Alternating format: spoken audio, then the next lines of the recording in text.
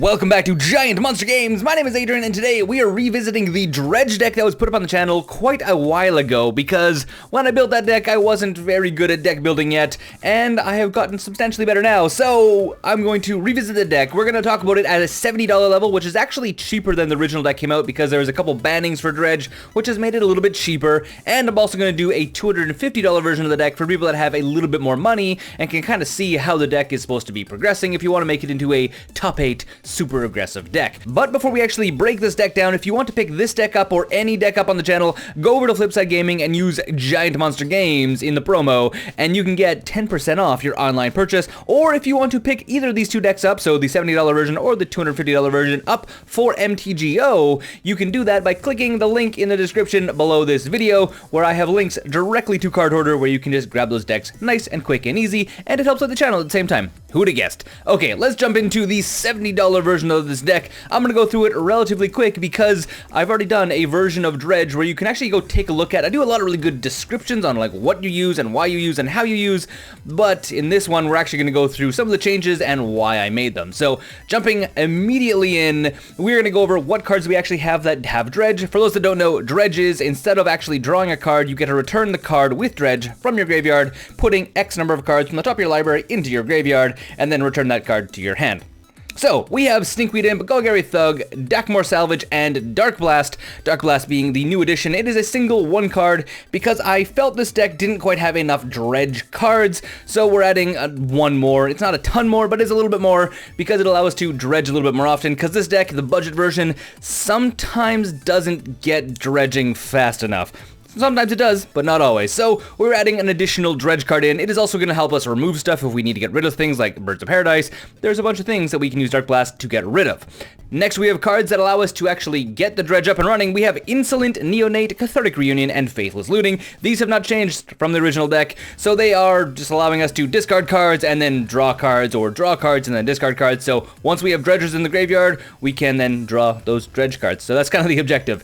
Next, we have the package of creatures, which is the high-value creatures. We have Narcomoeba and Prized Amalgam. Both of these guys were in the original deck, and then we also added in Haunted, Dead, and Reassembling Skeletons. One of the big problems I was running into with this deck before is we didn't quite have enough ways of getting Prized Amalgam out of the graveyard into play. We were running Hellspark Elemental originally, which is okay, but it's not quite fast enough for us because we need to get one into the graveyard, and then once it's out of the graveyard, it's done. And if it dies and Prized Amalgam dies, then we don't have another way of re-triggering that again and again. So we want the recursion, so both Haunted Dead and Reassembling Skeletons help us with that. The big thing about Haunted Dead as well is it has an ability where we get to discard cards to return it to play, and when it comes into play, we get a 1/1 Spirit as well, so we can discard Dredge cards and then doing the Dredge thing again. So that's kind of a neat thing. Really high-value creature. Highly recommend putting it in your Dredge deck, which is why I'm talking about it now. And then moving over to our finishers, or other finisher type cards, we have Extractor Demon and Scourge Devil. Scourge Devil is actually taking the place of Rally the Peasants,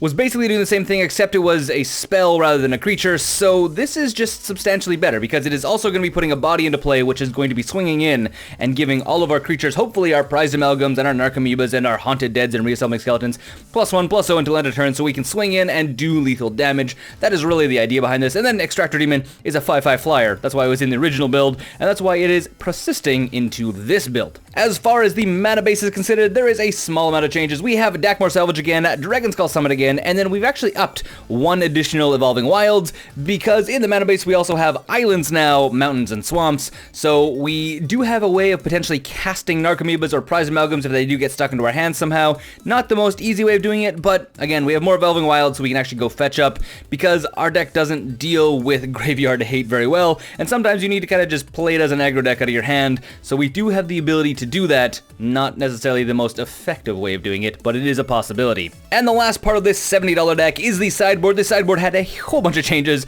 Originally I had forests in here and a bunch of green cards because that's what I was like, oh, we need to get rid of enchantments and stuff. Well, not so much. We have Ancient Grudge, Duress, and Ratchet Bomb.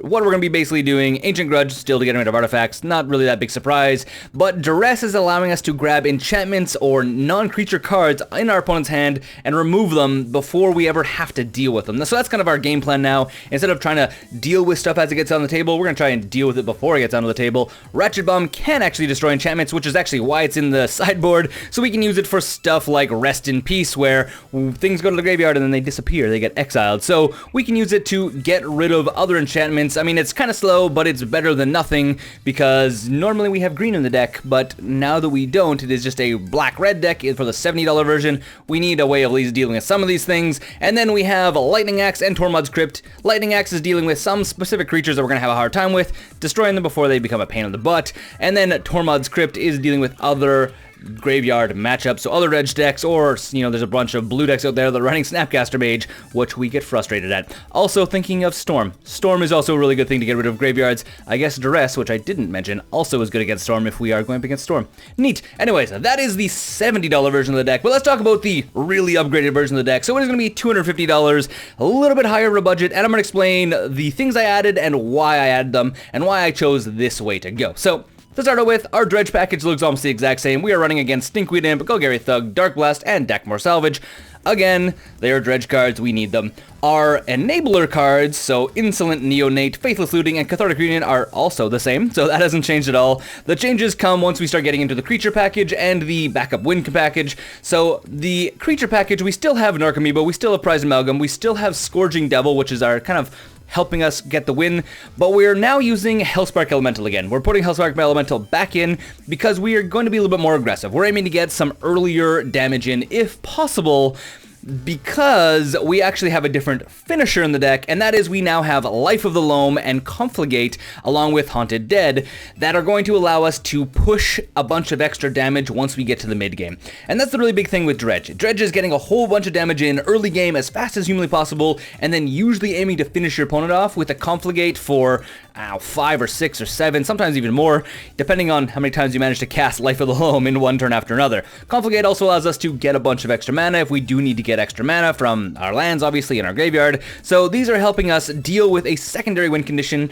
Originally, there's 2 different upgrades to this deck. There's the Life of the Loam Confligate package, or there's also the Bloodghast package, which is a little bit more of a creature-based package, which is good if you are going creature-based, but I actually, from testing the deck, found that the Life of the Loam Confligate was a little bit more effective, largely because Life of the Loam is also a Dredge card, and Confligate can be cast out of your graveyard, so they both have better synergies in my opinion. The other part of the deck that was upgraded is the mana base, so we're talking about the lands. The big things I put in is Bloodstained Mire, Blood Crypt, and Stomping Ground, because if you're playing a 3-color deck, especially if you're going to play a little bit more competitively, you need a more consistent mana base. You probably hear me say this almost every single video where mana base can be upgraded, mana base can be upgraded, mana base can be upgraded, because you want consistency. We want to have access to black or red or green mana on turn 1 or 2. Turn 2, usually we want red in this case, and then we want green like turn 2 technically, and so there's a bunch of options, but we need to have access to all of them as soon as possible. So what are these doing for people that aren't maybe familiar with the fetch lands or shock lands? Well, the fetch land, Bloodstained Mire, we can sacrifice it and then go fetch up a swamp or a mountain. In this case, Blood Crypt and Stomping Grounds are both mountains. Well, Blood Crypt is also a swamp, so we can actually go fetch up either of these guys, and then we have immediately on turn 1 access to red or black or green or red mana right away, which is super important because it allows us to have options and all of the mana we could possibly need really quickly. Additionally, we can also use Bloodstained Mire to go and fetch up a swamp or mountain, just the regular basic lands, so that is something we can also technically do if we really need to.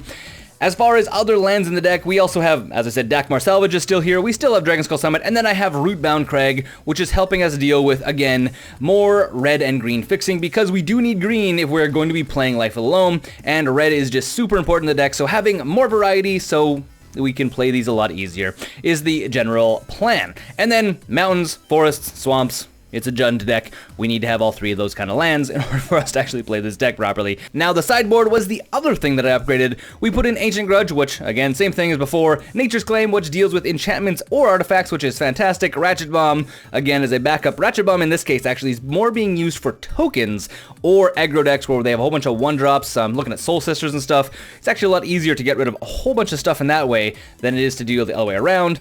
And then we also have Nautilabone and Lightning Axe. They are just, again, dealing with creatures, and Knot of the Bone allows us to stabilize if we're going up against other aggro decks or mid-range decks. We can kind of stabilize a little bit and hopefully push through for the win in the end. And then we have Duress and Ravenous Trap. Ravenous Trap is a little bit better than Tormod's Crypt because we can kind of cast it for free. Like, kind of, I mean, we can cast it for free, which means it doesn't really matter. We can use it at any time. It doesn't slow down our tempo at all. We just need to hold it in our hand. And then Duress, in this case, Duress, again, is being used to deal with anything that our opponent might play that is giving graveyard hate. More commonly, though, it is actually helping us slow down combo decks, so Storm and other decks that need specific cards. We can kind of hopefully fish them out of their hand before they actually get around to playing them. And that is both of the two revisited Dredge decks, the $70 and the $250. For the record, I'm going to be playing the $250 on MTGO, so you guys can see what that deck actually looks like once it's actually playing more properly. Now, if you want to see more videos just like this, you might want to consider subscribing to the channel, leave a comment, and thumbs up this video, and don't forget to game like a giant monster. I would like to throw a huge shout out to all of the Patreon backers helping out make videos just like this possible. You guys are awesome, and if you want to join them, click the Patreon logo on the screen right now.